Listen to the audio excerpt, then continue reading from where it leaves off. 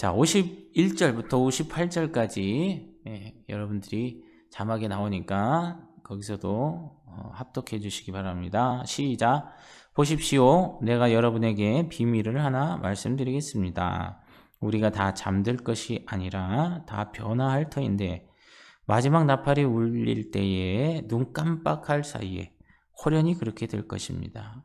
나팔 소리가 나면 죽은 사람은 썩어 없어지지 않을 몸으로 살아나고 우리는 변화할 것입니다.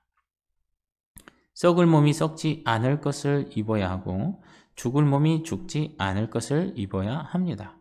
썩을 이 몸이 썩지 않을 것을 입고 죽을 이 몸이 죽지 않을 것을 입을 그때에 이렇게 기록한 성경 말씀이 이루어질 것입니다.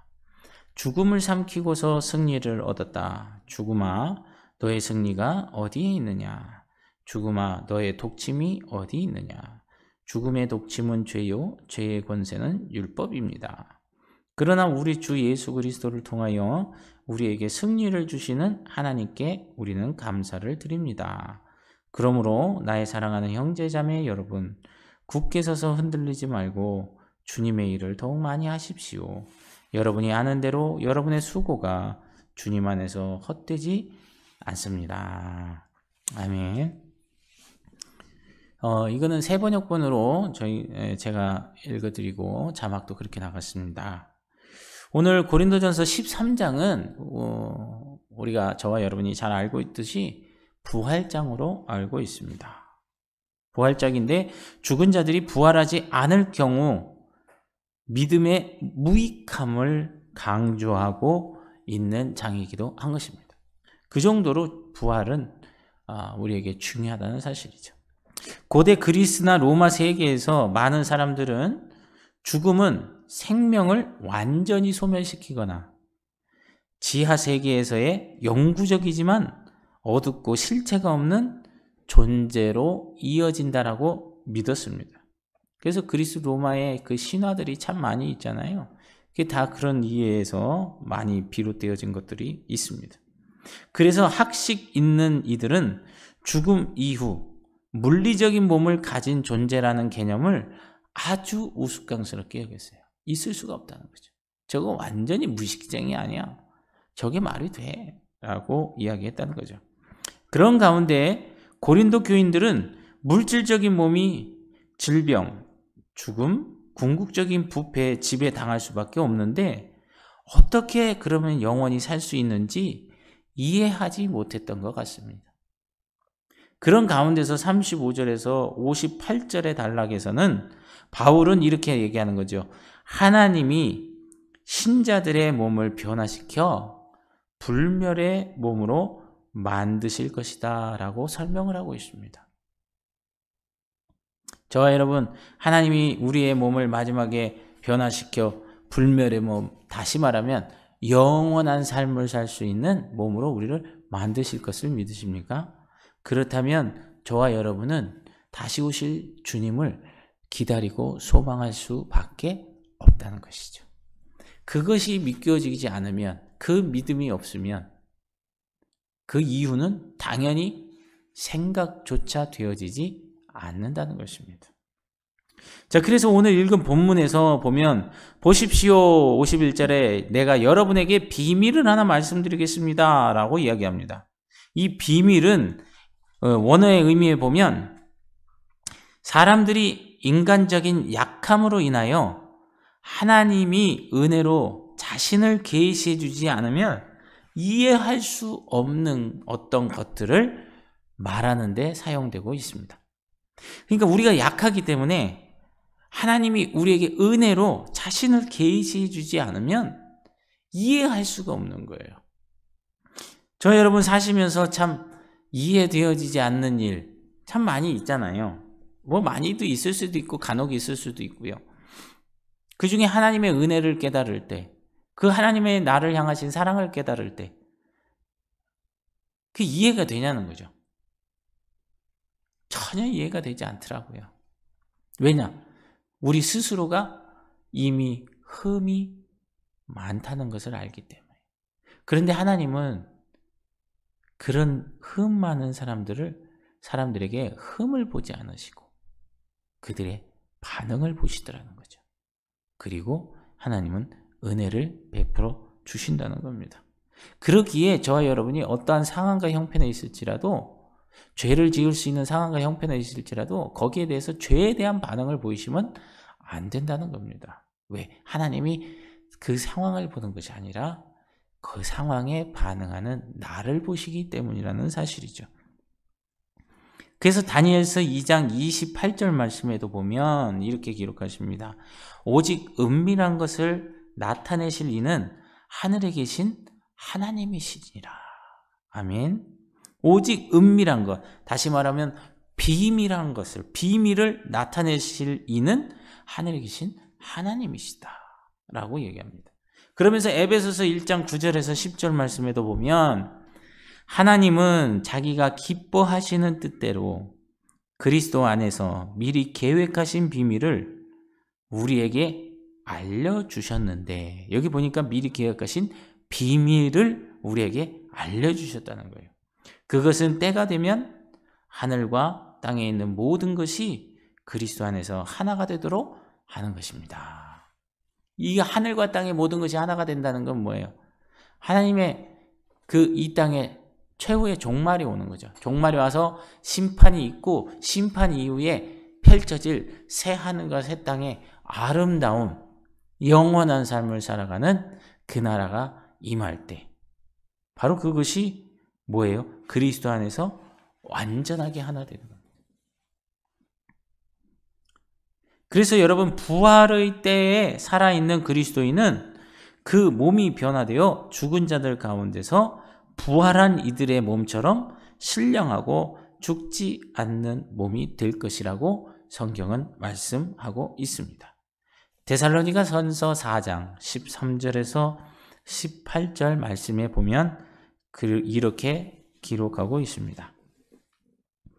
형제 여러분, 우리는 여러분이 이미 죽은 사람들에 대해서 모르는 것을 원치 않습니다.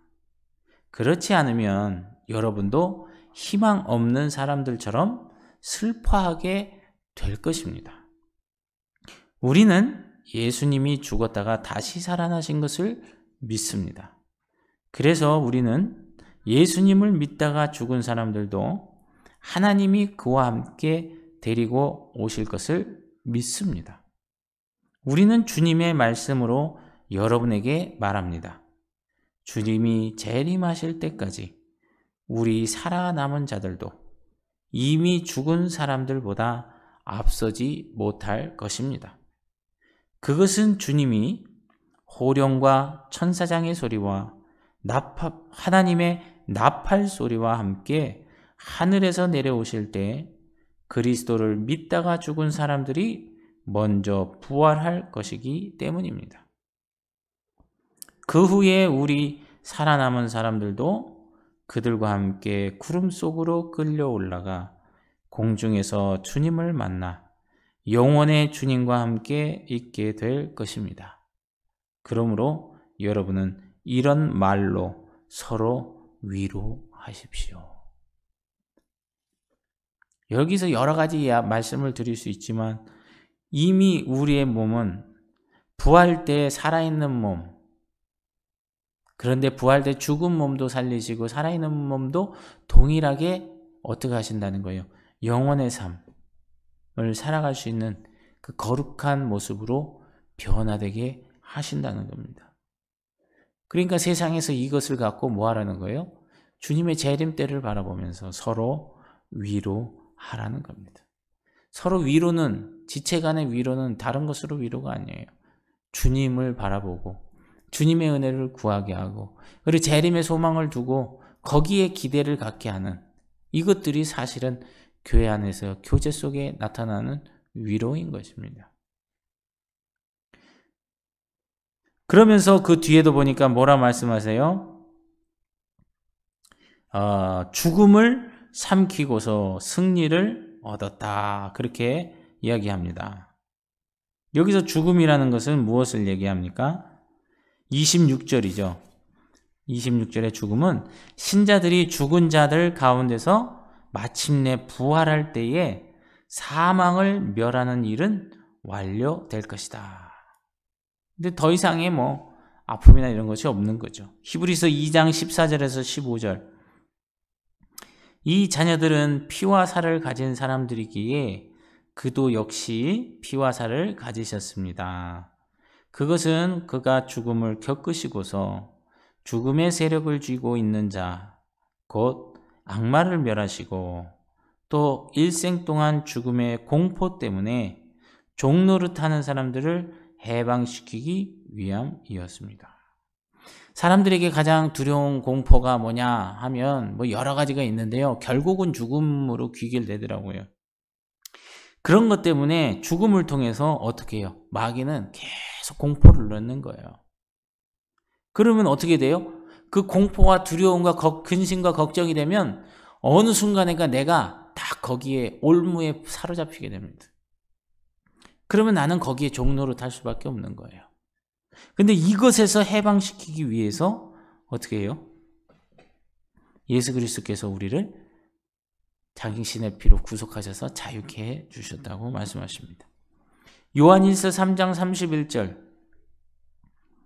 죄를 짓는 자는 마귀에게 속하나니 마귀는 처음부터 범죄함이라. 하나님의 아들이 나타나신 것은 마귀의 일을 멸하려 하심이라. 다시요, 죄를 짓는 자는 마귀에게 속하나니. 왜요? 죄라는 것이 뭐예요? 하나님의 기준과 하나님의 관점에서 벗어났기 때문에 죄라는 거죠. 그러니까 하나님에게서 이렇게 돌이켜지는 순간에 뭘로 나는 가고 있는 거예요? 마귀에게로 가고 있는 거예요. 마귀에게로 가고 있는 거예요.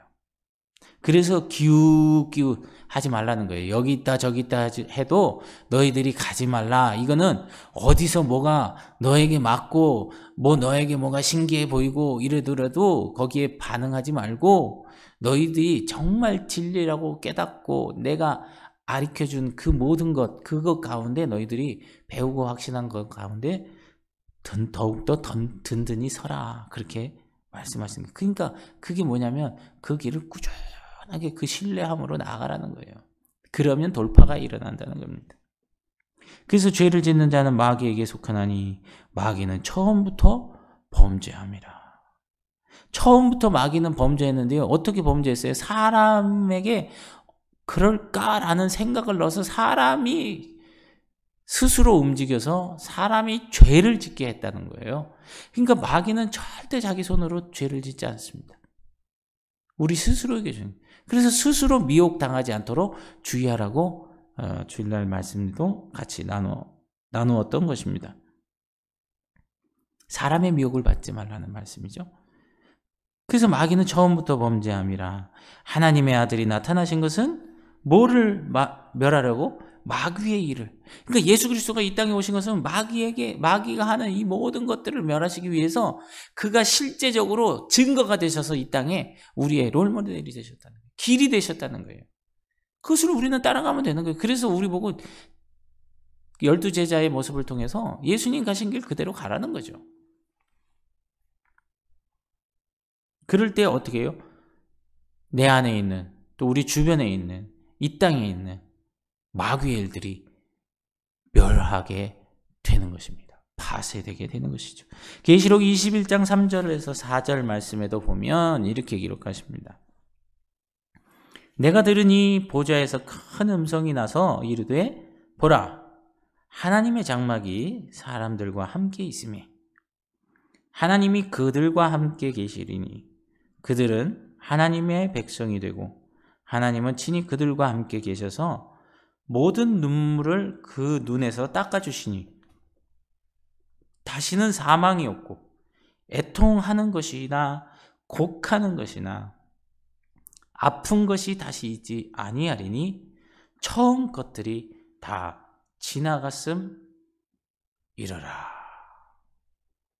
그러니까 주님이 오시면, 주님의 나라가 오시면 죽음의 공포뿐만이 아니라 마귀의 일을 멸하시면서 우리를 종국적으로 어디로 이끄세요? 사망도 없고 애통하는 것도 없고 곡도 없고 아픈 것도 없는 하나님의 나라로 우리를 들이시기 원하신다는 겁니다. 그래서 예수 그리스도가 이 땅에 오셔서 하나님과의 맡긴 담을 하셨다고 성경은 말씀하고 있죠. 자, 그러면서 거기 보면은 26절 뒤에 죽음아 너의 승리가 어디 있느냐, 죽음아 너의 독침이 어디 있느냐, 죽음의 독침은 죄다, 그렇게 말씀하고 있습니다. 죽음아 죽음아 이렇게 얘기하죠. 죽음아 죽음아. 이것은 호세아서를 인용해서 사용하고 있는 구절입니다. 구약의 스올이라고 하는 것은 무덤에 대한 시적 의인화를 시킨 것입니다. 무덤에 대한 시적 의인화, 또는 악인이 사후에 가는 암울한 목적지를 지칭할 때 스올이라는 단어를 씁니다.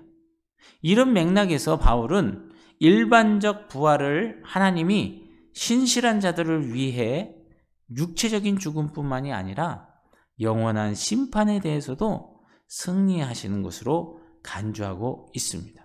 그래서 이사야 26장 19절에 보면 주의 죽은 자들이 살아나고 그들의 시체들은 일어나리이다. 티끌에 누운 자들아 너희는 깨어 노래하라. 주의 이슬은 빛난 이슬이니 땅이 죽은 자들을 내놓으리라. 죽은 자들을 땅에 내어놓으리라. 땅에 묻었다는 거죠. 그런데 주의 이슬이 하늘로부터 내려지면 그 이슬은 곧 하나님이시고 그 하나님의 생명의 상징이기 때문에 그것이 땅에 닿는 순간 그 땅 속에 죽은 자들이, 묻힌 자들이, 뿌려진 자들이 어떻게 되는 거예요? 생명의 부활체로 살아난다는 것을 이야기하고 있는 거죠. 그러니까 죽음아 너가 어디 있어? 죽음아 네가 사람들을 우롱해? 두려움을 줘? 그것으로 네가 종을 삼아? 야 웃기지 마. 죽음아 너 어디 있어? 정체를 밝혀봐. 하나님이 생명으로 함께 하실 때 너는 아무것도 못하잖아. 우리를 죽였지만 그럼에도 불구하고 하나님의 그 생명의 이슬이 땅에 떨어지는 순간 다 영광의 부활체로 부활할 거야. 그런데 죽음이 어딨냐? 죽음아 어딨냐? 약간 조롱 섞인 말로 이렇게 얘기하지 않았을까, 그렇게 생각합니다.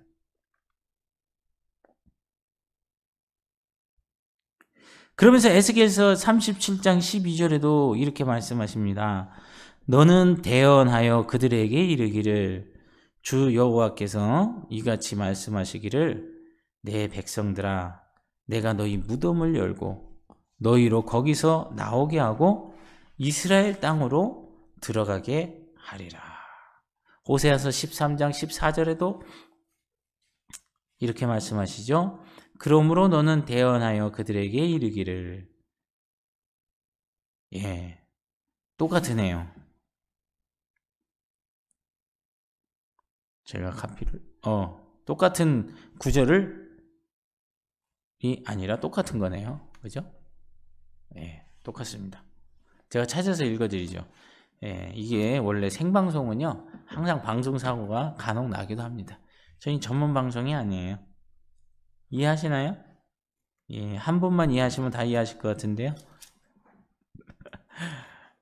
아주 제가 느물느물해졌습니다. 방송한 다음부터. 13장 14절. 해산하는 여인의 어려움이 그에게 임하리라. 그는 지혜 없는 자식이로다. 해산할 때가 되어도 그가 나오지 못하느니라. 여러분, 그러면서 그 뒤에도 14절에도 보니까 그러면서 말하는 것이 그런 거죠. 내가 그들을 수월의 권세에서 속량하며 사망에서 구속하리니 사망아 네 재앙이 어디 있느냐, 수월아 네 멸망이 어디 있느냐, 뉘우침이 내 눈 앞에서 숨으리라. 어디서 많이 들은 것 같죠? 네. 자, 그러면서 그 뒤에 뭐예요? 죄의 권세는 율법이다. 그렇게 본문에 말씀하고 있죠. 죄는 율법을 그 자신의 목적을 위해 이용함으로 율법은 인간의 문제를 해결할 수 없다는 것이 성경의 결론입니다. 죄는 율법을 죄 자신의 목적을 위해 율법을 이용한다는 거예요. 그래서 율법은 인간의 문제를 해결할 수 없다는 겁니다. 그러나 그러기에 하나님은 하나님의 아들 예수님을 죄에 대한 제물로 보내셨고 그 아들의 제물 안에서 우리의 죄값을 완전하게 치르셨습니다. 대가집을 하셨습니다. 그러기에 구원의 탁월함은 어디에서 나타나냐면 구원의 탁월함은 은혜 속에서 나타나는 줄로 믿습니다. 곧 은혜 없이 구원이 없고요. 구원에는 반드시 그 넘치는 은혜가 있게 되는 것입니다. 로마서 5장 20절에서 21절 말씀에도 보면 율법이 들어온 것은 범죄를 더하게 하려 함이라. 그러나 죄가 더한 곳에 은혜가 더욱 넘쳤나니 이는 죄가 사망 안에서 왕노릇한 것 같이 은혜도 또한 의로 말미암아 왕노릇하여 우리 주 예수 그리스도로 말미암아 영생에 이르게 하려 함이라. 그렇게 말씀합니다. 많은 성도님들이 죄에 짓눌려 살아가고 있습니다. 그러니 당연히 그들이 기도를 하더라도 하나님이 원하시는 기도를 할 수 있게 되는 거죠. 찬양을 하더라도 온전한 찬양, 정말 기쁨과 감사와 막 소망에 넘쳐서 찬양이 되겠냐는 거죠. 그리고 그런 찬양을 할지라도 정말 하나님이 원하시는 장소에서 시간에 할 수 있겠냐는 거죠. 여러분 지금은요 그렇게 대대적으로 나서서 찬양하고 그럴 때가 아니고요. 우리가 있는 처소에서 내 중심에서부터 우리가 하나님을 예배해야 되는 시대가 되었습니다. 내 안에서부터 내가 평소에 항상 일상 가운데서 그 부분이 되어지고 우리가 그런 다음에 주일 대면을 하던 비대면을 하던 그 예배 가운데 함께 할 때 이미 내 안에는 그리스도로 충만하기 때문에 그것이 비대면일지라도 비대면의 예배일지라도 전혀 상관이 없다는 거예요. 그런데 그렇지 않으면 어떻게 되냐면 비대면이 되잖아요. 제가 어저께도 들은 얘기인데 어느 규모가 꽤 되는 교회래요. 제가 듣기로는 한 500명 이상 되는 것 같아요, 교인이. 그런데요, 주일날 실시간 생방송을 하는데 그 뒤에서 나중에 그 부목사들이 체크하잖아요. 거기에 실시간 접촉한 사람이 7명이랍니다. 교인이 500명이 넘는데 그 목사님이 설교하는 그 예배 가운데 7명 듣는다는 거예요. 그럼 뭐 했을까요? 첫 번째, 그냥 안 보이니까. 두 번째, 다른 거 보는 거예요. 다른 거. 그리고 세 번째, 다른 교회 예배들을 보는 거예요.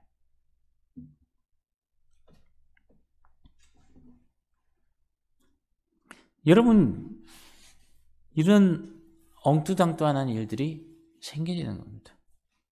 그러니까 이제 이게 더 길어지잖아요. 그러면 예배를 영상으로 예배드리니까 너무 편하다. 가지도 않아도 되지. 막히는 길도 피해도 되지. 왜 편리성이 있죠. 맞아요. 이 자유를 온전히 누리려면 그리스도 안에서 누려야 돼요. 그것은 뭐예요? 주중에서의 내 삶이 어떻게 가느냐는 거죠. 그런 가운데서 드려지는 예배 가운데 하나님의 임재가 있고요. 은혜가 있고요. 거기에 능력이 있는 줄로 믿습니다. 그러니까 이런 것을 안 하고 드리니까 막 답답한 거죠. 그리고 이런 시대가 되니까 어떻게 해요? 안 보는 거는 부지기 수고. 그뿐만 아니라 계속 지난주에 주일날 말씀드렸던 것처럼, 내가 주님의 말씀을 더 많이 대할 수 있다. 대할 수 있는 게 아니고요. 대할 수 있는 게 아니에요. 직면했다면 여러분 그것을 살기 위해서 그 사람은 다른 많은 걸 볼 수가 없어요. 근데 많은 목사님들이 설교를 대할 수 있었다, 접할 수 있었다. 저는 이거는 그냥 자기 지식만, 그리고 자기가 현장에 나가지 못하는 어떤 뭔가가 부족한 문제에 대한 그 부분을 그냥 그것으로 무마하려고 하는 자기 변명이라는 거예요. 자기 변명. 여러분 보십시오. 하나님의 뜻은 뭡니까? 우리가 예수 그리스도 안에서 죄에 대하여 승리하는 삶을 살아가는 것이 바로 하나님의 뜻인 줄로 믿습니다. 아멘. 그렇다면 어떻게 그리스도인들이 죄에 대하여 승리하는 삶을 살 수 있을까요? 방법은 하나입니다. 회개해야 됩니다. 뭐 하라고요? 회개해야 합니다. 그래서 요한일서 1장 9절 말씀 보겠습니다. 요한일서 1장 9절. 만일 우리가 우리 죄를 자백하면 그는 미쁘시고 의로우사 우리 죄를 사하시며 우리를 모든 불의에서 깨끗하게 하실 것이요 라고 말씀합니다. 여기서 하나님의 약속이 무엇인지 보십시오. 뭐라고 했습니까? 죄를 사해주고 모든 불의에서 깨끗하게 할 것이다. 자유케 한다는 거죠. 근데 이 부분에서 우리가 너무 얽매여 있는 거예요. 왠지 아세요? 내가 진정으로 예수 그리스도를 온전히 사랑하지 못하기 때문에, 그 예수 그리스도를 온전히 인격적으로 만나지 못했기에, 아니 만났더라 하더라도 그것이 작심 3일, 은혜 영발, 일주일 이건 거예요. 왜 그러냐면, 왜 그렇게 은혜가 있음에도 불구하고 그것이 지속되지 못하는지 아십니까? 돌아서서 타협하기 때문에 그렇습니다.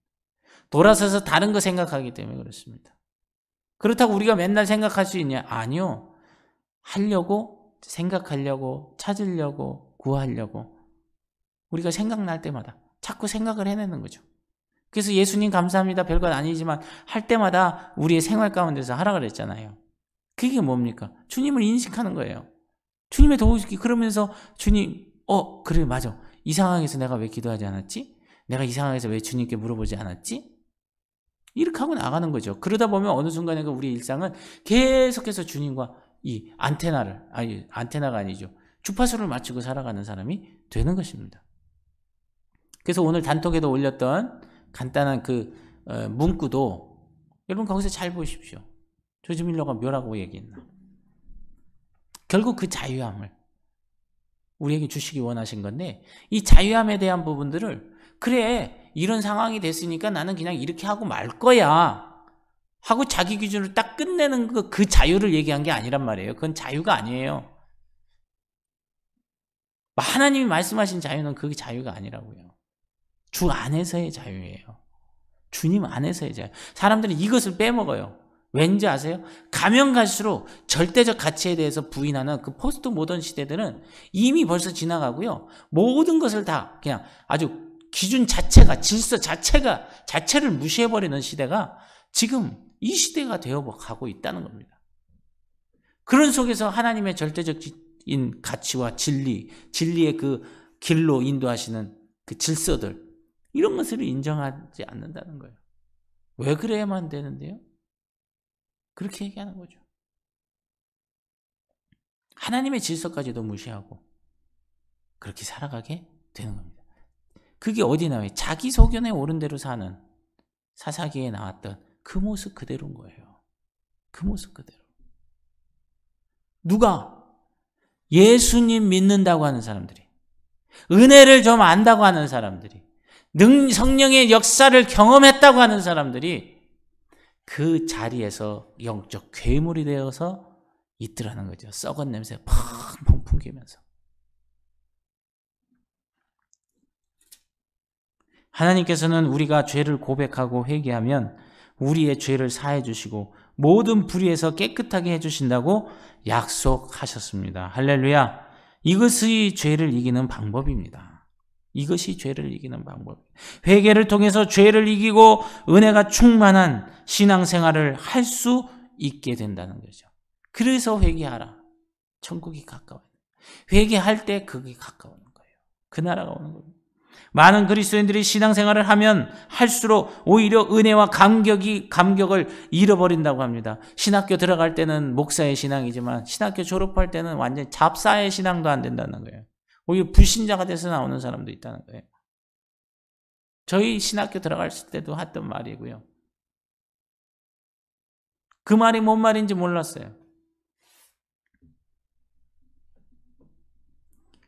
그게 처음에는 막 입학식 그 예배들, 개강 예배 드릴 때, 그 오르간 찬양만 들어도 막 심장이 터질 것 같으니 나중에는 왜 이렇게 길어? 6절까지 있네, 5절까지 있네. 이런 거 생각하더라는 거죠. 졸업식 할 때는. 그처럼 많은 신앙생활 하시는 분들이 은혜와 감격을 그 연조가 길어지면 길어질수록, 많아지면 많아질수록 잃어버린다는 겁니다. 왜 그들에게 십자가의 감격이 없을까요? 그것은 바로 회개하는 삶을 살지 않아서요. 다른 말로 하나님만을 추구하고 살지 않고 자기 중심적으로 살았기 때문에 그렇다는 겁니다. 죄를 지어도 그냥 넘어가 버립니다. 무시해 버립니다. 이것은 자기 중심적인 가치관이 그 사람에게 있기 때문에 결국 그 속에서 뭐가 나와요? 자기 합리화라고 하는 변호사가 나와서 내가 지은 그 죄를 그냥 무시해 버린다는 거예요. 까짓 거면 어때? 뭐 이런 식인 거죠. 결국은 영적으로 점점 무감각해지게 된다는 겁니다. 그런 일 때문에. 그래서 하나님의 마음을 아프게 하고도 자기 마음이 편안한 거예요.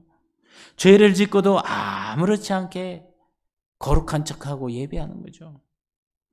여러분, 이거 정말 두려운 일입니다. 영적으로 무감각해지는 것 너무너무 두려운 일이에요. 주님과의 사이를 뭐가 가로막습니까? 성경은 죄가 가로막는다고 합니다. 여러분, 주님 사랑하십니까? 주님과 함께하고 싶으십니까? 주님 나의 친구 맞으십니까? 그렇다면 우리 그 사이를 막는 것이 죄라고 성경은 말했으니 나는 당연히 죄에 대해서 예민해야 되고 당연히 그 죄가 무엇인지를 알기 위해서 내가 스스로 깨달을 수 없으니 하나님 앞에 나아가는 것이 너무나도 감격이고 감사고 즐거운 시간이 되어야 마땅하다는 것입니다. 그게 하나님 사랑하는 것이에요. 아멘. 그래서 회개를 오늘 여기 본문에서 뭐라고 말씀하냐면 첫 번째 자막을 보시면 나올 겁니다. 진정한 회개는 죄를 이기는 능력이고 은혜와 축복을 회복하는 능력입니다.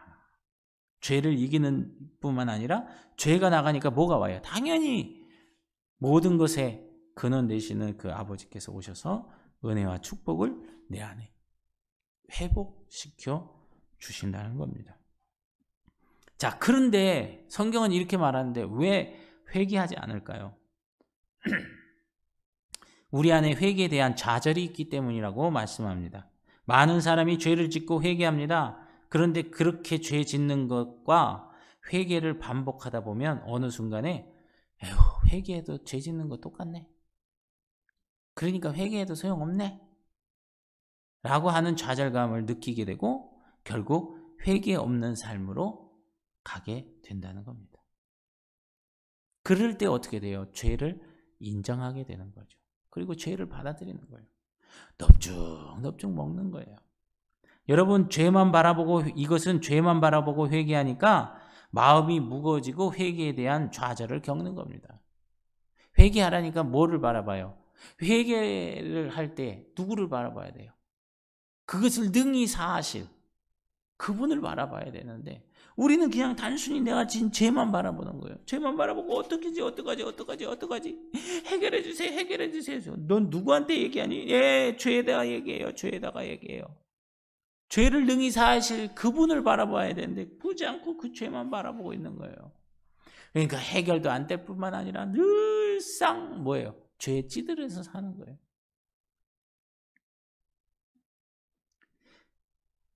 여러분, 왜 회개가 죄를 이기는 능력이 되지 못할까요?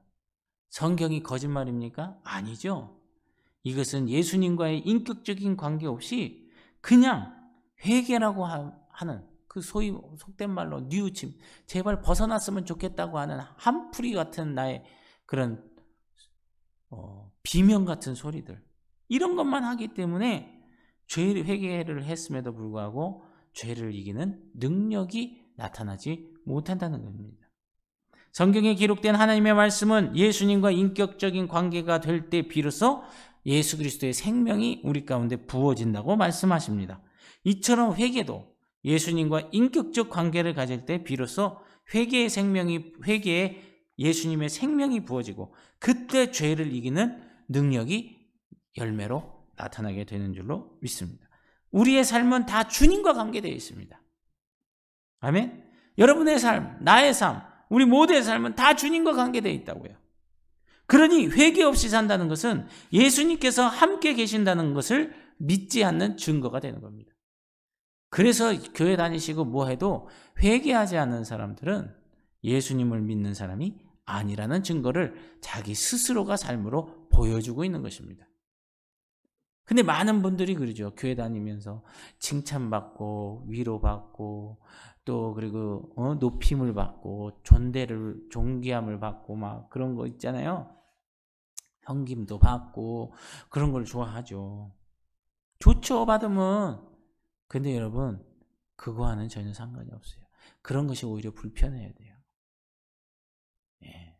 요번에 그 세미나 갔을 때도 사실은 그때 얘기했던 거는 그 총회 본부 앞에는 이제 강사 주차장 하고 이제 뭐 이런 게 세팅이 돼 있고 안내도 하더라고요.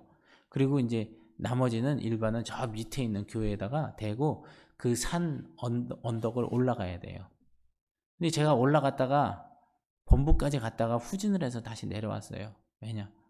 내가 올라가면 거기에 또 누군가 돼야 될 사람이 그렇겠지. 그리고 밑으로 가서 대고 또박또박 걸어 올라갔어요.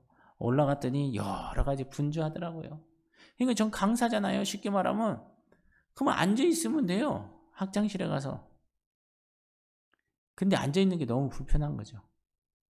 그리고 다 여자분들인데 막 생수병 막 30개짜리 막 막 낑낑 들고 막 그래서 너무 마음이 불편하더라고요. 그래서 가서 저도 팔이 아프지만 가서 들어주고 내려오면서 발 아파 괜히 들었네. 하지만 마음은 편하더라고요. 몸은 아픈데.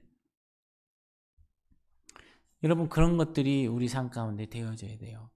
여러분 정말 이거는 일부러 하는 게 아니에요. 막 그것이 이 안에서 되어져야 돼. 막 솟아나야 되는 거예요. 그렇게 하기 위해서는요. 끊임없이 하나님 찾고 깨닫게 하시는 대로 회개하고 혹여라도 막 그러면서 빈틈만 있으면 뭔가를 자꾸 주님을 찾는 거죠. 그래서 저는 개인적으로 이 차 타고 어딜 왔다 갔다 특히 장거리하고 그런 거 참 좋아해요. 왜냐? 예전에는 힘들어서 안 좋아했어요. 근데 왜 좋아하냐? 그동안 주님과 막 갈 수 있는 거예요. 얼마나 좋은지 몰라요. 막 햇살도 들어오지, 찬양도 크게 틀어놓으면서 가다가 어느 때 기도가 나오면 막 그냥 기도 내가 막 하고 아니 혼자 예배 드리는 거죠. 우리 모두 우리의 삶은 다 주님과 관계되어 있다라는 사실을 꼭 기억하십시오. 그러기에 그분과의 관계에서 죄가 있으면 우리의 주님과의 관계에서는 다 막힙니다. 그러면 은혜와 축복도 다 막히는 거예요. 열려져야 될 줄로 믿습니다. 두 번째, 진정한 회개는 예수님과의 관계 안에서 이루어집니다.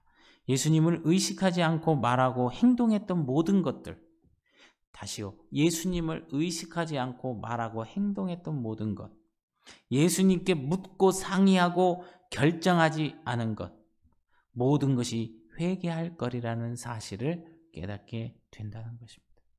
예수님과 관계에 있으면요, 그분께 묻지 않고 하는 것들에 대해서 주님이 얼마나 싫어하시는지 몰라요.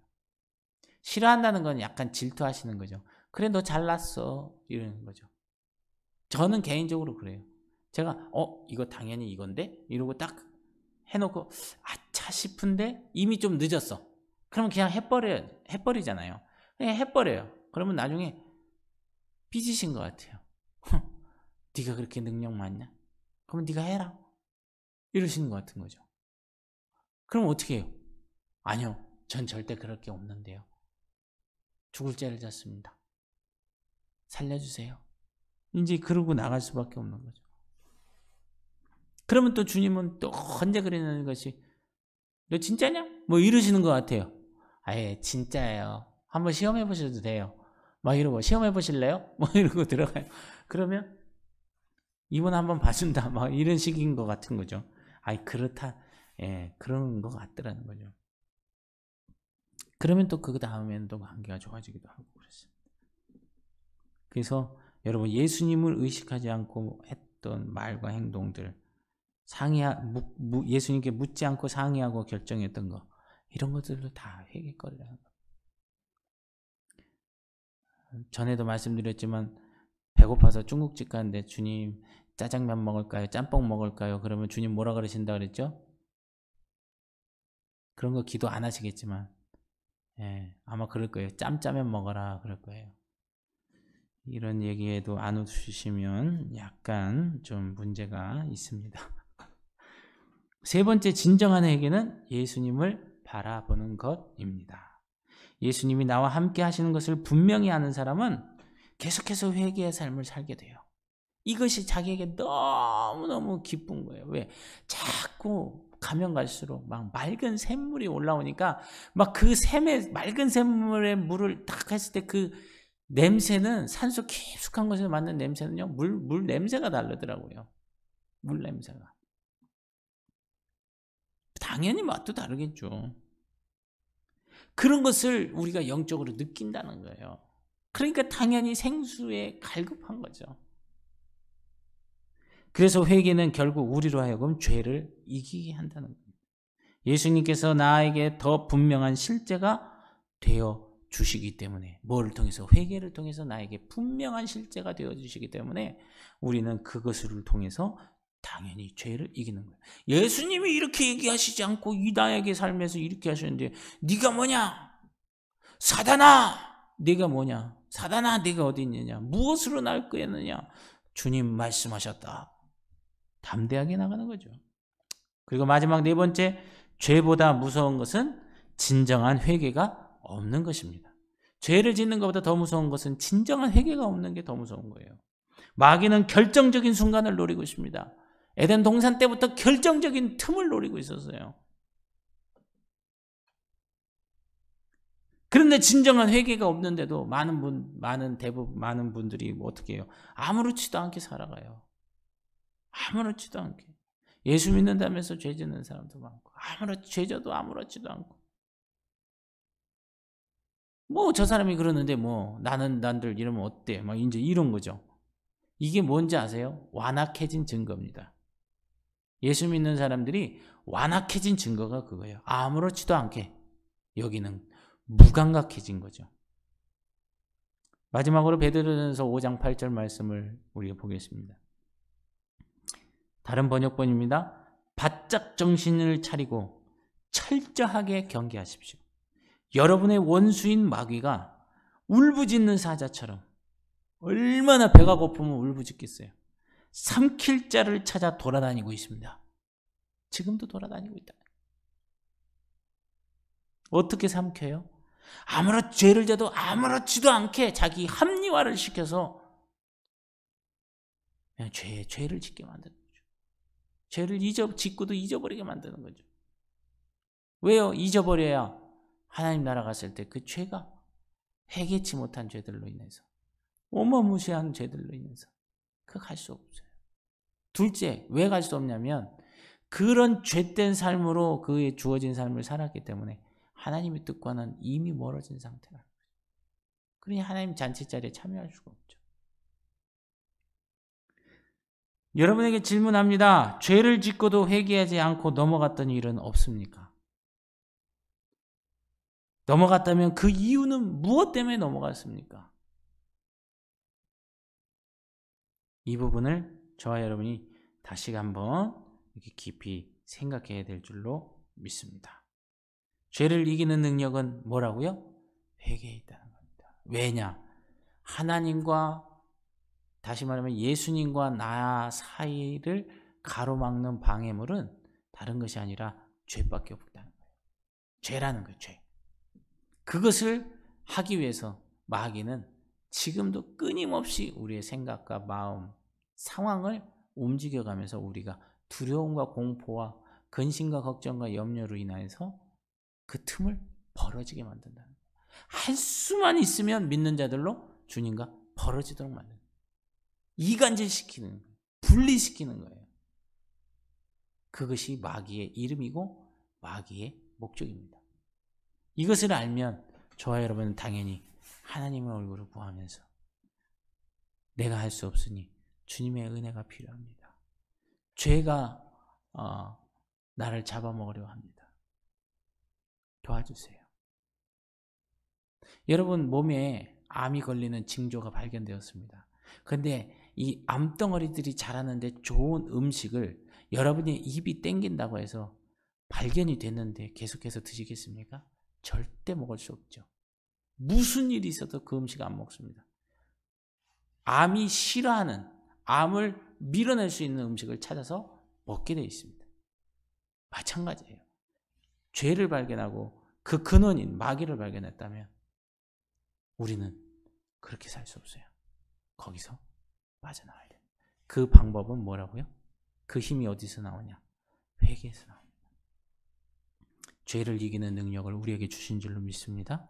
이 능력을 사용하시는 저와 여러분 되셔서 이 마귀의 올무에 묶여 영원토록 죄에 죽을 종노릇하지 마시고 하나님 나라 자녀로서 당당하게 이 땅에 선포하며 나타내며 살아가는 그런 우리 모두의 삶이 되시기를 예수님의 이름으로 축복합니다. 기도하겠습니다.